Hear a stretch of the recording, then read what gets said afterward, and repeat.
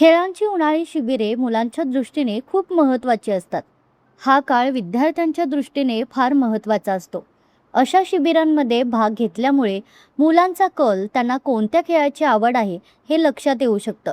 यामुळे उमरगा शहरात Aman sports club व गुरुकुल आखाडा आयोजित जिल्हा परिषद शाळेमधील सकाळ व संध्याकाळच्या प्रशिक्षण शिबिरास विद्यार्थ्यांचा उत्स्फूर्त प्रतिसाद मिळत आहे.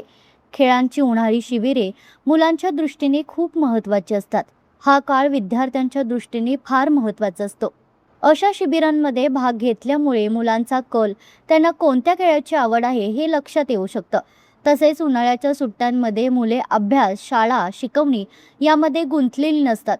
त्यामुळे खेळाचा सराव झाल्यानंतर मुलांना व्यवस्थित शारीरिक आराम मिळू शकतो. त्यामुळे या शिबिरांमध्ये मुलांनी सहभागी होणे महत्त्वाचे आहे, असे मत मैदानी खेळाचे तज्ज्ञ आणि प्रशिक्षक मोहम्मद रफी यांनी तरुण भारत संवादशी बोलताना व्यक्त केले. मी कोच मोहम्मद रफी शेख जवळपास 20-25 वर्षापासून मार्शल आर्टमध्ये काम करतो आहे. उन्हाळी प्रशिक्षण शिबिर उमरगामध्ये आपण जिल्हा परिषद हायस्कूल या ठिकाणी आयोजित केलेला आहे.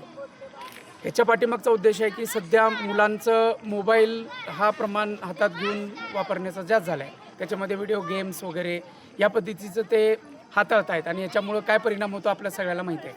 पण या सगळ्या गोष्टीपासून मुलांनी लांब राहावं यासाठी आपण उन्हाळा प्रशिक्षण शिबिराचं आयोजन केलेलं आहे.